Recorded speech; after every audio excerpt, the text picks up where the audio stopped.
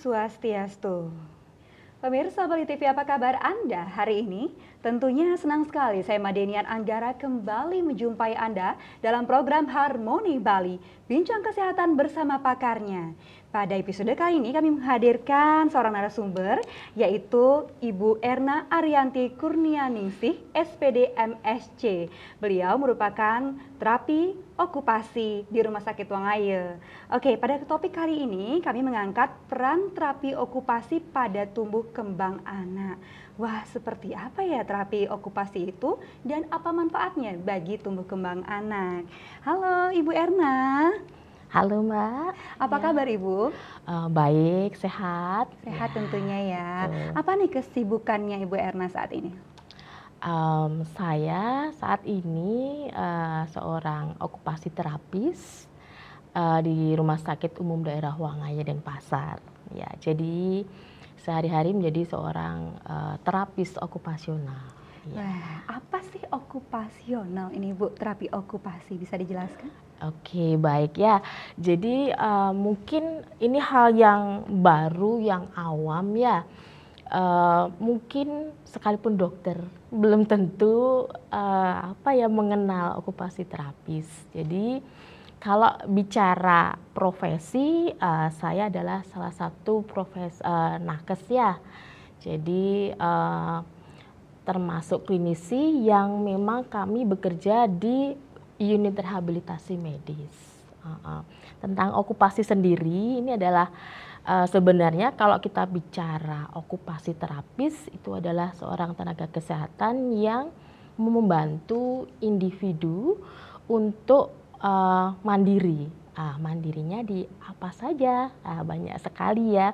Jadi mandiri itu seperti misalnya Nggak sebatas makan mandi sendiri tentunya. Bukan seperti itu. Jadi mandiri itu mampu melakukan aktivitas sehari-hari tanpa dibantu orang lain. Tetapi tidak secara umum hanya seperti itu maksudnya ya. Jadi saya dan teman-teman okupasi terapis pada umumnya melakukan tugas untuk melatih kemandirian individu yang mengalami gangguan kesehatan, baik itu fisik, mental maupun sosial di situ. Oke, jadi kalau kita berbincang mengenai rehab medik itu ada terapi okupasi saja atau ada terapi lainnya sih Ibu? Kalau kita bicara rehab medik itu satu tim ya. Jadi yang pertama jelas ada dokter rehab medik, spesialis rehab medik. Kemudian kita ada tim yang terdiri dari fisioterapi, kemudian saya sendiri terapis okupasi, kemudian ada terapis wicara, kemudian ada juga harusnya ada perawat rehab medik secara khusus. Kemudian ada pekerja sosial itu. Dan juga satu lagi yang nggak kalah penting sebenarnya ortotik prostetik. Itu ada juga di gabungan dari tim rehab medik. Iya, betul. Oke, nah kalau berbicara mengenai anak nih sekarang, batasan usia anak itu sebenarnya berapa sih Bu? Jadi ada simpang siur nih, ada 12 tahun, kemudian 17 tahun ya, Sweet Seventeen ya, itu seberapa sih Bu Erna? Iya, kalau anak batasannya dari mulai 0 sampai 17 tahun ya. Jadi kalau dia Sweet Seventeen sudah dah goodbye dah anak ya. Dia masuk ke dewasa. Ya. Oke, baik. Nah, kita juga akan berbicara mengenai peran dari terapi ini, okupasi ini ya, pada tumbuh kembang anak. Nah, menariknya lagi apa sih sebenarnya perbedaan antara tumbuh dan kembang? Ataukah sebenarnya sama, Ibu Erna? Oke, jadi kalau bicara tumbuh kembang itu satu kesatuan sebenarnya. Cuman ada istilah tumbuh itu kan dia bertambah. Misalnya dari dulu bayi beratnya 4 kilo ya, naik jadi 5 kilo. Panjangnya yang 45 cm udah naik jadi 50 cm gitu ya. Kemudian kalau berkembang berarti misalnya dari awal seorang bayi hanya bisa oek ya. Itu aja nangis saja kan gitu. Kemudian seiring dengan waktu itu dia mulai bisa ngoceh, keluar suara. Nah, gitu. bagaimana perkembangannya? Untuk itu kita akan bahas saat lagi setelah yang satu ini. Jangan kemana-mana pemirsa, tetaplah di Harmoni Bali.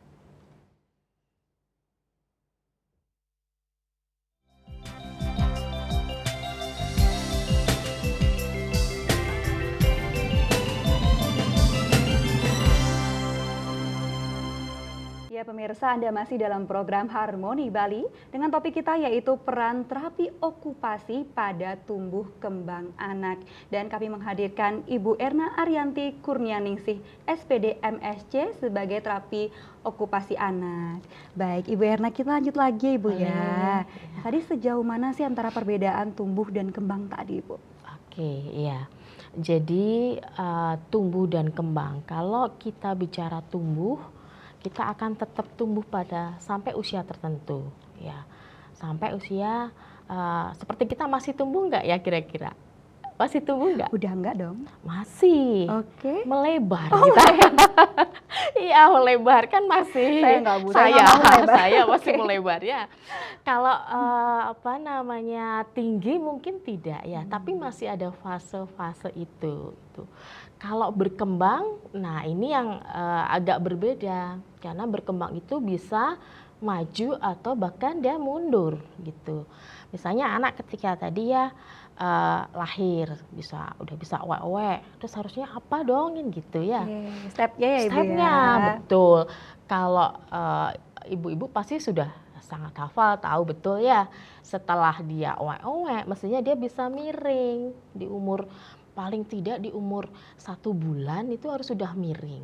Kemudian dia harus bisa duduk sendiri. Kemudian setelah itu mulai belajar untuk merangkak. Ada milestone-nya ya. Ada milestone-nya gitu masing-masing. Artinya ketika di usia tadi dia tidak mencapai milestone, dia mengalami keterlambatan atau delay. Termasuk juga tidak hanya fisik sebenarnya ya, kemampuan bicara, kemampuan berkomunikasi itu juga termasuk dalam perkembangan ya, gitu. Bagaimana disebut delay Bu? Atau nih 1 bulan aja terlambat atau seminggu terlambat dari fase yang seharusnya sudah dikatakan delay? Jadi kalau delay itu sesuai dengan milestone. Misalnya anak di usia maksimal 12 bulan, harusnya kan dia sudah bisa berjalan nih. Ketika itu belum bisa, biasanya kita akan memasuki red flag itu di fase-fase 6 bulan. Setelahnya harusnya sudah bisa berjalan, itu maksimal sekali. Oke, jadi ada kompensasi Bu ya, range-nya Iya, ya. betul. Nah, apakah sejauh ini dari kasus-kasus yang terjadi itu kebanyakan delay sudah terjadi ataukah justru seorang ibu notice Bu, belum terjadi nih sudah keterlambatan, sudah menemui ibu misalkan?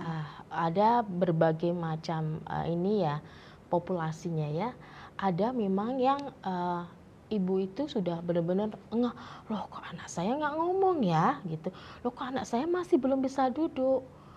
Tapi ada juga sebagian ibu yang memang dia berprinsip kakaknya juga dulu belum ngomong di usia segini. Tunggu dulu masih Iya. bisa nih kayaknya nih gitu ya.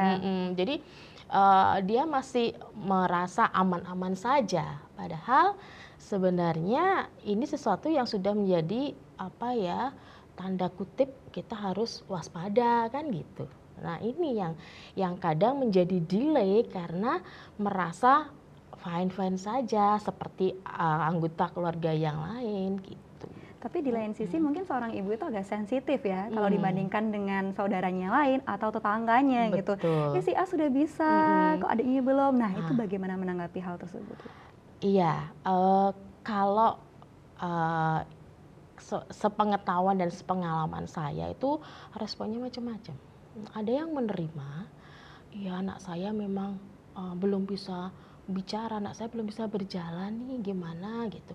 Tapi ada juga yang enggak kok anak saya sudah bisa duduk gitu, sudah bisa jalan gitu. Denial ya. Denial jadinya. Padahal kan sebenarnya kalau kita cek secara teliti, ternyata belum bisa duduk. Itu banyak sekali. Setiap kali misalnya saya tanya, ibu anaknya sudah bisa duduk kan, biasa kita cari tahu kan dari orang tua. Ya. Nah itu bisa bu, bisa. Oke, kita cek kan, duduk. Loh, ibu ternyata adik belum bisa duduk nih, kan gitu. Enggak, biasanya di rumah bisa Nah, duduk itu gitu. dia. Ya itu udah macem-macem. Ya memang ada yang apa ya, merasa tidak nyaman ketika anaknya berbeda dengan anak lain atau berbeda dengan saudaranya itu ya. Nah, cara Ibu sekarang Ibu Erna Mm-mm. selaku terapis okupasi nih ya, apa yang Ibu Mm-mm. lakukan dalam situasi seperti itu? Oke, ya. Untuk kondisi yang denial ya, ya. Memang untuk kondisi denial memang harus melihat latar belakang si ibu itu, apakah dia tipikal yang apa ya, pengen selalu dibenarkan. Nah kalau gitu kita ikutin dulu. Oke bu, nggak apa-apa, betul. Memang kemungkinan ya sama kayak kakaknya. Cuman kita lihat dari perkembangan pada umumnya gitu. Jadi saya akan mencoba memberikan informasi, edukasi kepada si ibu. Tergantung bagaimana beliau ini menerima. Karena memang tidak sama setiap individu. Nah, itu Begitu. tadi yang denial. Bagaimana kalau yang justru marah lalu menyalahkan keadaan? Kadang sampai menyalahkan anaknya. Nah, bagaimana ini? Ya, kalau seperti ini, ketika ibu itu marah dan menyalahkan anaknya, ini butuh profesi yang lain. Biasanya saya butuh bantuan teman-teman psikolog, karena memang tidak bisa kita bekerja sendiri. Ya, itu. Tetapi misalnya bisa saya memberikan edukasi, ya artinya bisa nih ibu ini di fase penerimaan, saya bisa lanjut. Tetapi ketika dia memang benar-benar marah dan tidak bisa menerima itu, kalau saya ibunya harus terapi dulu. Ibunya juga Iya, diterapi. betul. Terapi seperti apa, Ibu? Kalau terapinya ya ke psikolog kalau ibunya ya, karena kita nggak bisa bekerja sendiri. Jadi dalam satu tim itu, oh ya tadi saya lupa termasuk psikolog di dalamnya. Jadi ketika kami dalam tim itu mengalami kesulitan, ya kami bekerja sama. Karena ada juga yang benar-benar apa ya, marah-marah besar. Enggak mungkin anak keturunan saya nggak ada Nggak yang ada. seperti ini begitu. Ya kalau sudah seperti itu berarti sudah di ranah yang kami butuh bantuan teman satu tim. Bagaimana jika tidak lanjut berobat? Nah, sekarang seperti itu karena denialnya, marahnya lalu tidak melanjutkan pengobatan, itu rugi pada anaknya ya, Bu, ya? Iya, sebenarnya dia menunda untuk proses perbaikan sebenarnya. Banyak seperti itu. Jadi merasa anak saya baik-baik saja, harus dia stop, nggak pernah ke rumah sakit gitu. Begitu dia merasakan kok bener ya anak saya begini ya ternyata gitu. 6 bulan berikutnya datang sudah dengan kondisi yang jauh lebih terlambat itu. Ya memang ini resiko ya ketika dia si ibu ini butuh waktu untuk menerima bahwa anak saya memang ada sesuatu yang nggak sesuai dengan tahapan perkembangan gitu. Nah Ibu, kapan saatnya terapi okupasi ini kita bisa mulai? Pada saat delay yang bagaimana? Oke, ya jadi kalau terapi okupasi ini kan tadi saya menyampaikan untuk individu baik yang mengalami gangguan fisik, mental maupun sosial. Jadi ketika sudah terdeteksi adanya keterlambatan, misalnya nih, saya pernah punya pasien 1 bulan, baru 1 bulan. Ya, dengan dia semua anggota geraknya, tangan kaki itu benar-benar kaku karena memang ada trauma pada proses kelahiran. Jadi saya memberikan stimulasi untuk dia bisa mengejar tumbuh kembangnya dari 1 bulan. Itu ada pasien yang memang usia misalnya datang ke kita itu sudah lewat di tahapan perkembangan 12 bulan. Nah itu juga kita tetap harus untuk mengejar gitu, karena perkembangan itu berkejaran dengan waktu ya.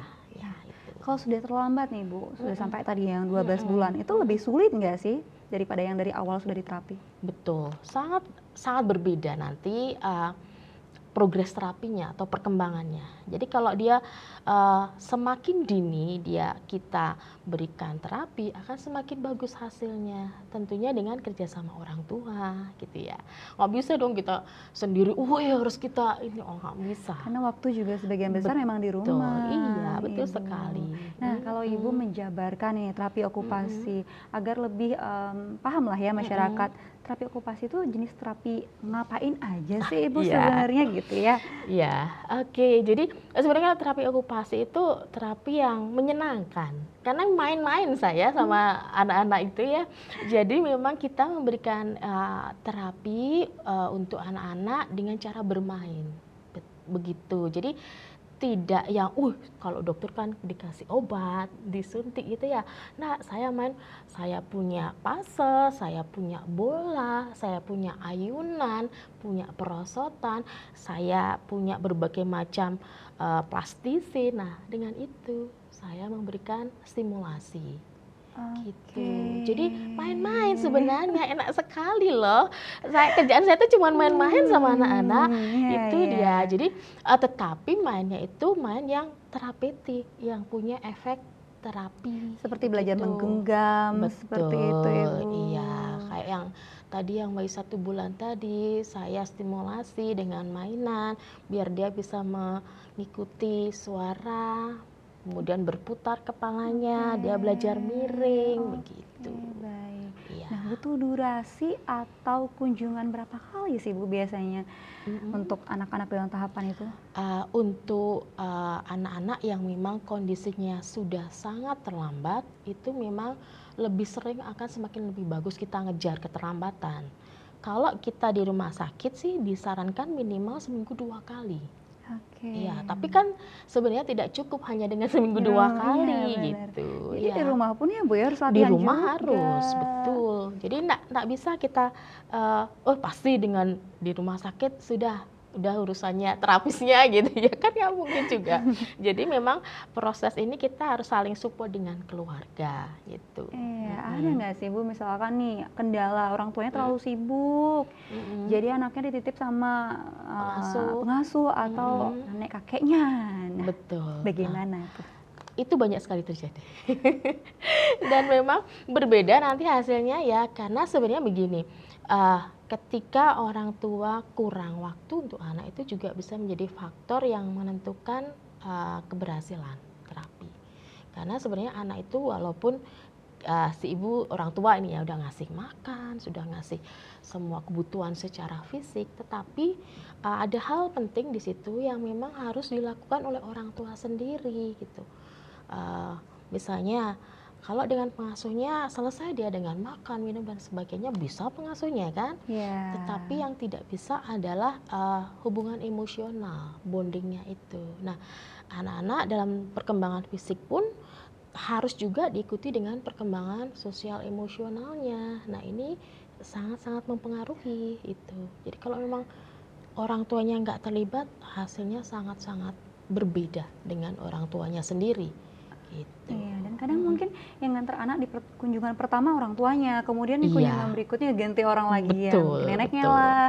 Kunjungan berikutnya itu ada nggak jadi hambatan tersendiri bagi ibu dalam terapi ini? Ya, kalau ini saya menyikapi dengan saya mengajarkan pada satu orang yang akan selalu ada di dekat anak. Kalau memang orang tuanya nggak memungkinkan, gimana lagi, ya kan? Jadi kalau ini saya selalu tanya, anak kalau di rumah dengan siapa? Dengan nenek, dengan kakek, atau dengan pengasuh? Nah, itu yang saya minta untuk setiap kali ikut sesi terapi. Dan biasanya memang saya juga memberikan caranya gini loh, Kak, nanti dilatihnya begini ya gitu. Karena kan enggak cukup hanya 45 menit di terapi kan enggak cukup dia. Padahal anak itu selama 24 jam dia butuh diberikan stimulasi yang cukup ketika dia di fase awake ya, di fase dia bermain, dia di fase tidak tidur gitu. Itu. Jadi memang salah satu caranya begitu. Tapi memang sebaiknya si orang tua yang ikut. Bisa ya, Bu, ya? Betul, hasilnya sekali. kan lebih baik. Betul sekali. Dan memang ada satu kasus di mana sebenarnya ini adalah si anak ini sebenarnya butuh perhatian orang tua. Dan itu kelihatan sekali, sangat kelihatan. Contohnya kayak gimana nih, Contohnya Bu? gini, kalau mamanya ikut ke terapi, justru dia tuh manjanya luar biasa. Iya, jadi di sesi terapi itu Caper gitu ya, mama juga iya, merhatiin. tantrumnya luar biasa. Saya perhatiin, ini kalau mama kesini kayaknya deh gitu. Tapi ketika nggak ada mama, kan dia tidak pengen mencari perhatian lebih. Iya. Itu malah smooth sekali, terapinya bagus, dia bisa lebih banyak perkembangannya. Jadi ketika mamanya yang ikut nganter justru rewel Nah, ya. ini dilema. Jadi sebenarnya Betul. mamahnya harusnya mendampingi atau enggak? Kalau bisa konsisten lebih bagus. Oke. Gitu. Dan terapi-terapi seperti apa? Tentunya nanti kita akan bahas ya. Namun setelah komersial break berikut ini, jangan kemana-mana, tetaplah di Harmoni Bali.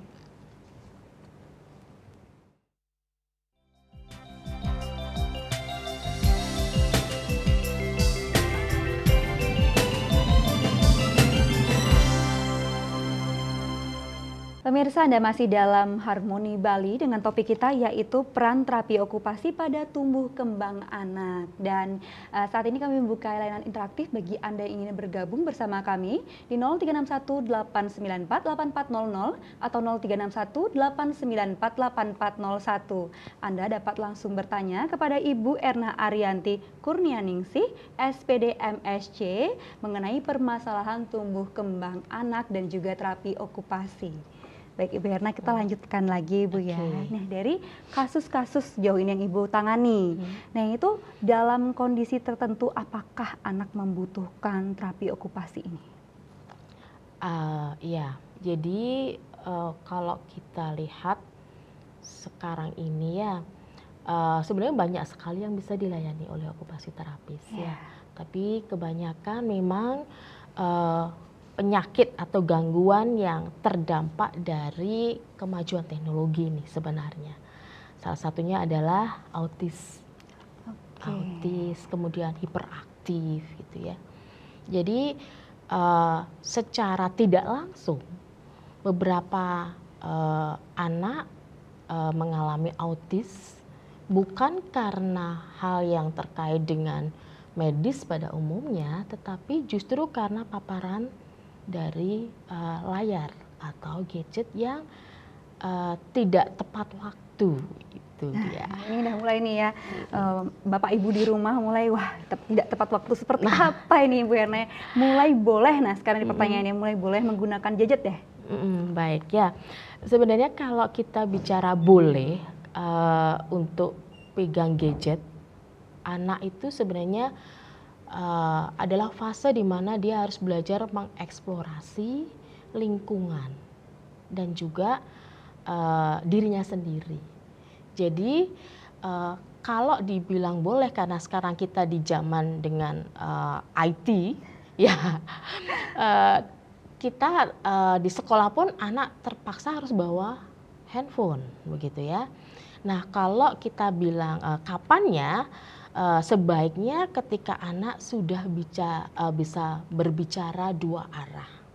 Jadi dia bisa berkomunikasi. Kalau menurut saya kenapa seperti itu? Karena berkomunikasi adalah dasar dia untuk belajar yang lain, termasuk berkomunikasi, termasuk sosialisasi gitu ya. Jadi tidak akan terjadi gangguan dalam bicara, karena kalau kita mengamati ya, misalnya seperti ini kita nonton ya, itu kan satu arah saja nih, ya.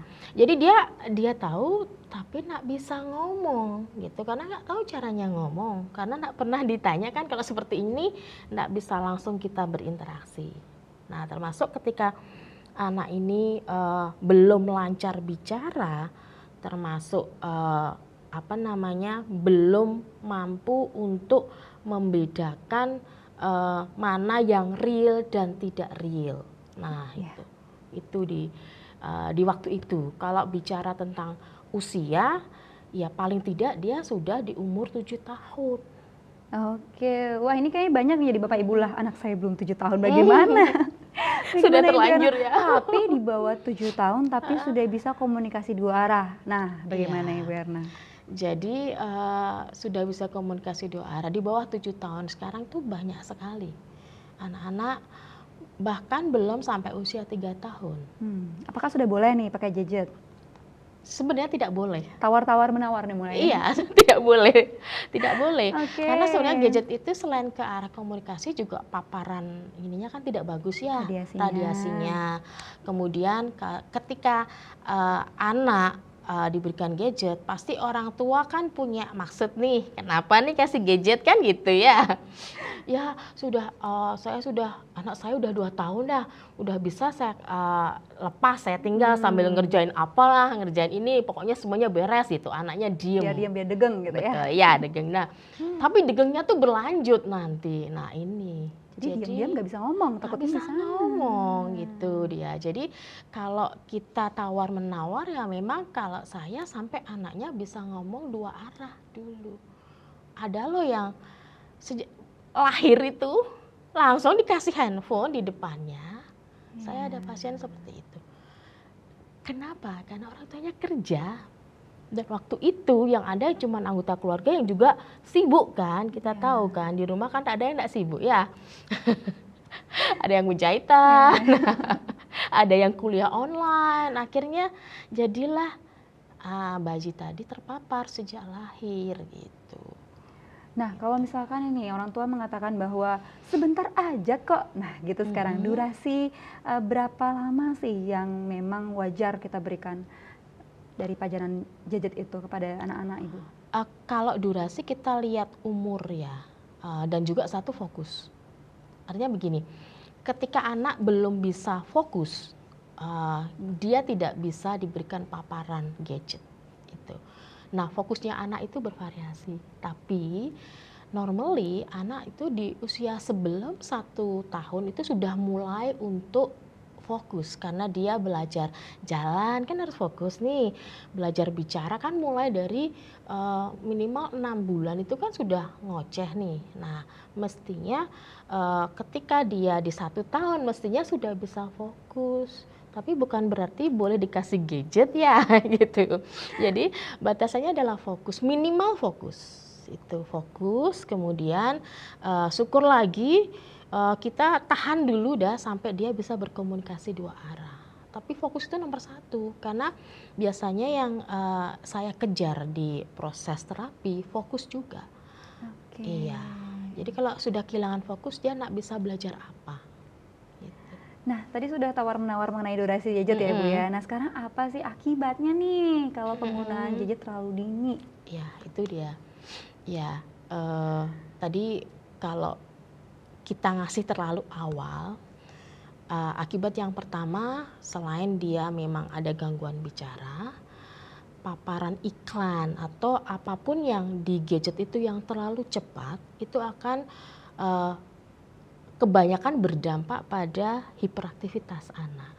Kan kalau kita lihat iklan di HP itu kan, wih cepat sekali ya, apalagi kalau enggak orang tua gini dah, orang cuma saya kasih YouTube kok Cocomelon YouTube kan Kids gitu. lagi. Ya.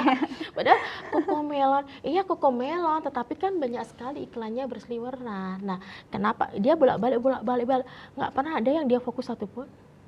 Itu dia. Enggak kok TV-nya cuma TV anak-anak kan gitu. Ya, tetapi sekali lagi kalau saya tidak memberikan durasi, tetapi kapan dia boleh gitu. Kalau sudah dia mampu komunikasi, itu pun sebaiknya tidak setiap hari. Kalau bisa orang tua bisa gini dengan bargaining ya, ada kontrak lah sama orang tua.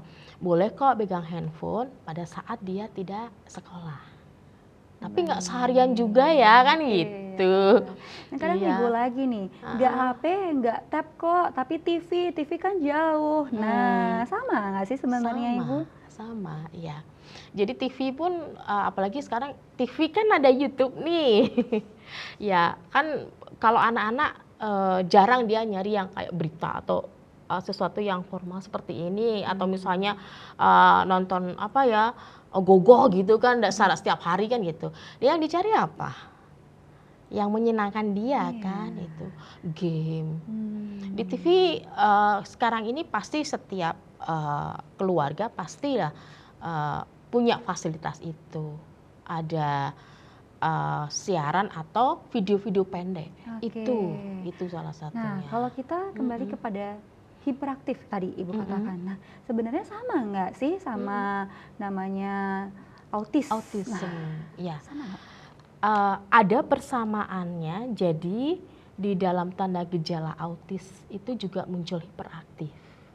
Tetapi di anak dengan hiperaktif belum tentu dia autism.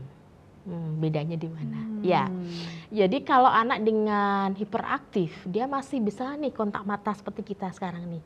Tetapi durasinya singkat-singkat. Jadi balik lagi gitu, hiperaktif. Kurang fokus ya? Kurang fokusnya. Kalau di autism, dia kontak mata saja mengelak. Jadi kalau dipanggil misalnya Mang gitu, Mang gitu dah dia nolak ke sana, ke sana. Bukannya dia nak dengar, tapi dia menolak. Kemudian yang kedua, tidak mau disentuh, dipegang, bahkan dipeluk ibunya aja nak mau. Kemudian di autism itu juga ada gerakan yang berulang. Ya. Repetisi tadi. Ya, kadang suka melakukan gerakan yang biasanya berputar sih. Jadi dia juga suka muter-muter sendiri tanpa tujuan. Kadang sambil diikuti tertawa sendiri gitu. Tapi di anak hiperaktif tidak ada itu. Nggak ada seperti yang tadi saya sebutkan tadi. Tapi memang ada kurang fokus itu ada. Tetapi dia masih mau menatap ketika kita bicara gitu. Nah, ini lagi nih ada mitos atau fakta ya Ibu ya. Kalau autis itu keturunan, genetik. Nah, saya nggak ada genetik nih autis, jadi anak saya tidak mungkin mengalami hal itu. Nah, bagaimana? Kalau autism itu kalau dari diagnosis sebenarnya tidak ada faktor keturunan ya. Walaupun di keluarganya free, nggak ada yang autism ya. Wih, ternyata kok terdiagnosisnya autism ya, kok bisa ya gitu, bisa. Nah, penyebabnya nih sekarang pas banget, kok bisa sih Ibu? Itu ya. Ya, autism selama ini kalau secara medis memang secara pasti memang penyebabnya belum diketahui. Tetapi beberapa menyebutkan, beberapa ahli itu ada efek dari paparan logam berat sebenarnya. Saat masa kehamilan? Iya, yang secara nggak langsung dikonsumsi ibu hamil gitu. Misalnya, pengen yang seger-seger nih gitu. Ikan misalnya, ikan bagus kan ya. Tapi apakah ikannya itu bebas dari logam berat? Kan kita nggak pernah bisa ngecek sampai segitu ya. Itu kemudian kalau tidak dari penyebab itu, sekarang ini tadi yang terkait dengan gadget, ini muncul virtual autism.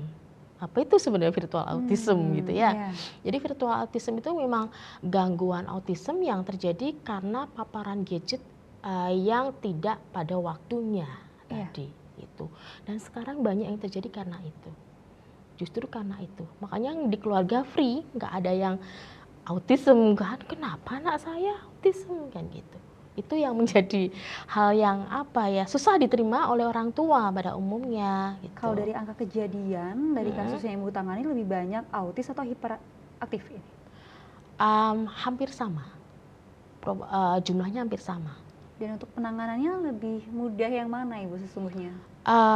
Kalau mudah tidaknya tidak bisa dibilang dengan diagnosis ya. Karena sekali lagi hiperaktif itu juga butuh sekali hal-hal yang diperlukan kerjasama dengan orang tua. Kalau autism jelas dia harus selama 24 jam pendampingan nih dengan orang tua atau minimal orang yang bisa membantu dia untuk belajar gitu. Jadi kalau kita bicara hiperaktif dan autism sangat tergantung masing-masing klien gitu ya. Ada yang autism tapi bagus. Saya mengenal seseorang punya anak, papahnya itu juga seorang terapis. Dia terdiagnosis pada waktu itu adalah Asperger, tapi ternyata begitu diagnosis berjalan dia autism. Karena dia tahu, karena dia terapis, dia all out untuk anaknya. Sampai akhirnya dia berhasil nih ke kehidupan seperti hampir anak-anak pada umumnya, kuliah dia, lulus dia, tapi tetap menyisakan gejala sisa. Gejala sisa seperti apa biasanya Ibu Erna?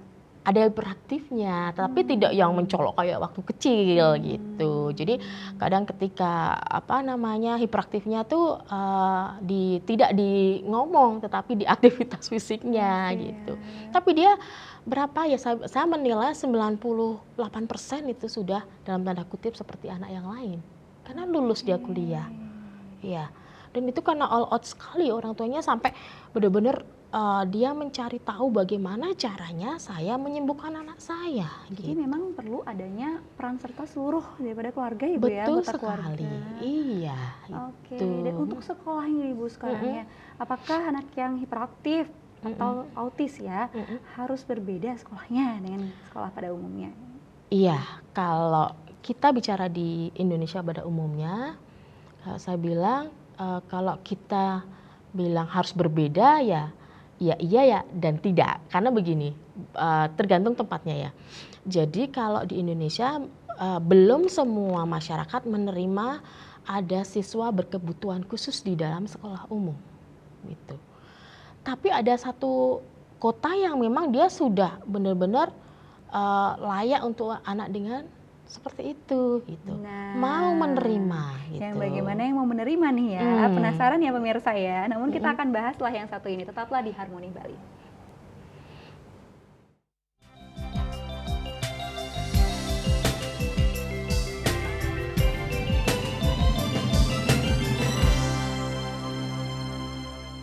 Pemirsa, Anda dalam akhir acara Harmoni Bali. Di sesi ini kami tetap membuka layanan interaktif bagi Anda yang ingin bergabung bersama kami di 036189484400 atau 036189484401.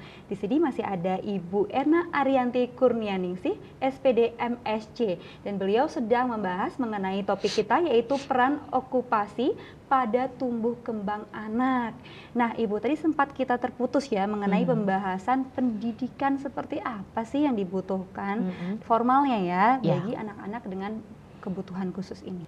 Iya, betul sekali. Ini sesuatu yang sebenarnya hal yang krusial yang perlu kita semua pikirkan, karena anak mau tidak mau kan tetap harus dia punya hak untuk mendapatkan pendidikan. Nah, anak-anak dengan disabilitas juga punya hak untuk mendapatkan pendidikan sesuai dengan umurnya sebenarnya. Nah, kalau kita bilang sekolahnya di mana, nah itu salah satunya ada pendidikan luar biasa di negara kita, atau terutama di Bali, di Denpasar itu sudah ada sebenarnya. Jadi ada sekolah luar biasa mulai dari tingkat SD, SMP sampai SMA. Nah itu yang sebenarnya bisa untuk mereka.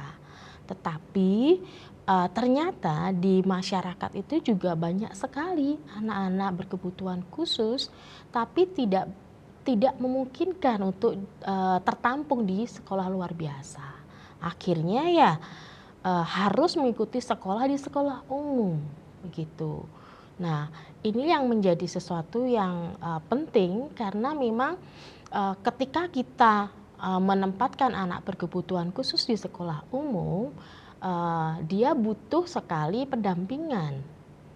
Jadi pendamping ini adalah orang, boleh guru maupun terapis, yang membantu anak ketika di dalam proses belajar di kelas, sehingga dia tidak akan mengganggu anak yang lain, dan anak lain tidak merasa terganggu oleh kehadiran dan juga konsekuensi dari ketidakmampuan si anak, termasuk anak yang hiperaktif itu. Nah, kalau misalkan di sekolah biasa tadi, apa biasanya masalah-masalah yang dihadapi oleh anak autis ataukah hiperaktif, Ibu? Oke, kalau anak yang hiperaktif biasanya akan diberikan label ya, adalah seorang anak yang pembuat masalah atau troublemaker. Kemudian kalau anak ini kebetulan autism, tidak bisa bersosialisasi karena tidak bisa bicara. Nah, ini yang menjadi hal yang perlu kita perhatikan ketika dia di sekolah umum.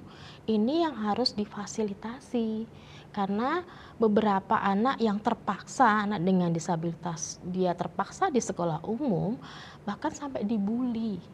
Itu kadang dibulinya karena nggak bisa ngomong kan, itu yang Berbeda ya. iya berbeda gitu.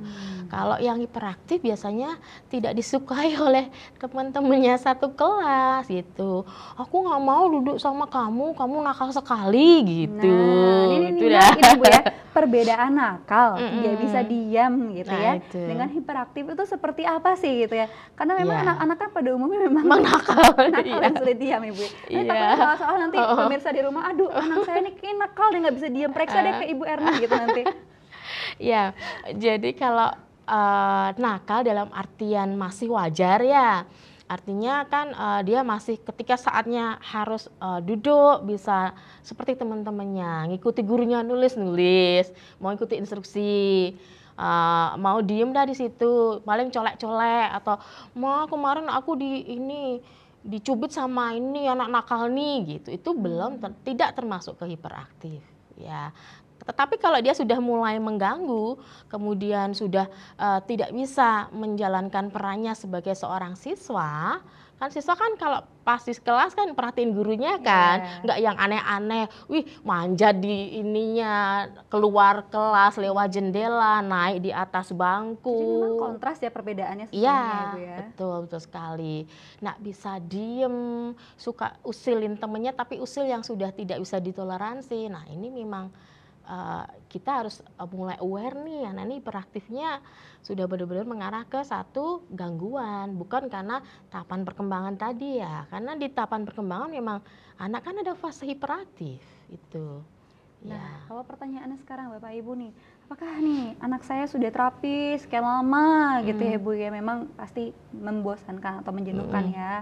Setiap 2 kali seminggu tadi Ibu katakan minimal ya. Betul. Sampai kapan nih Bu terapi ini gitu ya? Iya, betul. Itu pertanyaan yang juga dilontarkan orang tua pasien ya. Bu, anak saya kapan ya sembuhnya gitu. Jadi kalau kita berbicara rehabilitasi medis ya, kita akan memperbaiki, mendekati normalnya. Jadi misalnya normalnya seorang anak di sekolah itu kan bisa menulis, bisa ngomong, bisa ditanya, bisa menjawab, kan begitu. Tapi anak ini ngomong aja nggak bisa gitu. Nah sampai kapan gitu ya? Di dalam setiap terapi kita harus punya goal atau tujuan. Nah misalnya yang pertama dia bisa fokus dulu tujuannya itu. Dan biasanya kalau anak seperti ini saya selalu menyampaikan ke orang tua, ibu, bapak, terapinya tidak seperti minum obat ya gitu. Selesai dalam waktu mungkin 2 minggu ya sembuh gitu ya gitu. Padahal orang tua ngertinya duh lama sekali ya. Ya, saya selalu membuat satu pemahaman biar orang tua paham ya. Jadi anak itu harus bisa belajar melakukan aktivitas sesuai usianya gitu. Jadi kalau dia datang di saya di umur usia sekolah, ya anak sekolah harusnya bisa apa ya, itulah tujuannya. Targetnya Ibu Targetnya ya. itu, ya dia bisa fokus, bisa mengikuti kelas dengan baik gitu. Sampai kapan? Nah ini tidak ada patokan waktu. Tadi Ibu sebutkan mendekati normal. Betul. Apakah memang tidak bisa normal seperti anak Anak lain yang pada lain. umumnya? Iya, karena kita bicara rehabilitasi, kalau kita bicara rehab rumah kan memperbaiki ya.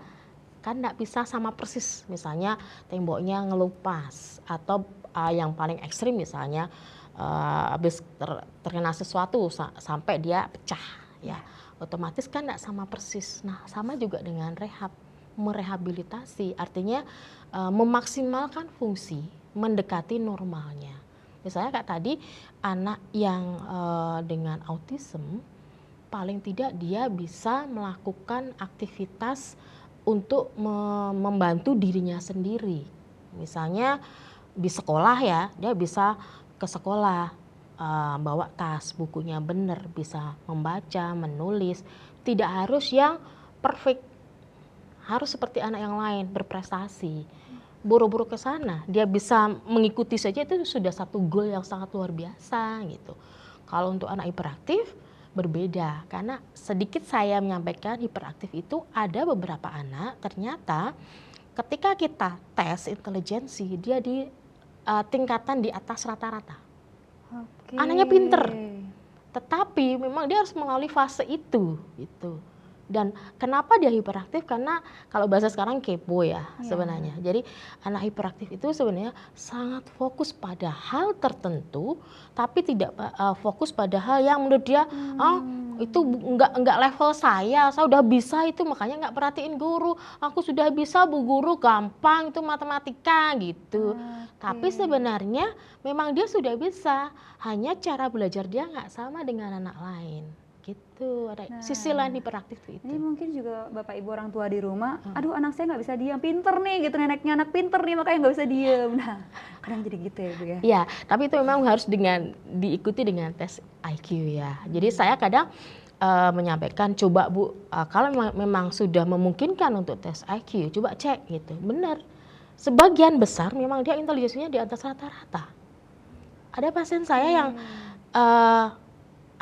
menghitung kelas 1 SD nih, itu sudah tanpa bantuan apapun. Coba Bu Ena tanya nih, 4 tambah 6 berapa? Langsung tek 10 gitu.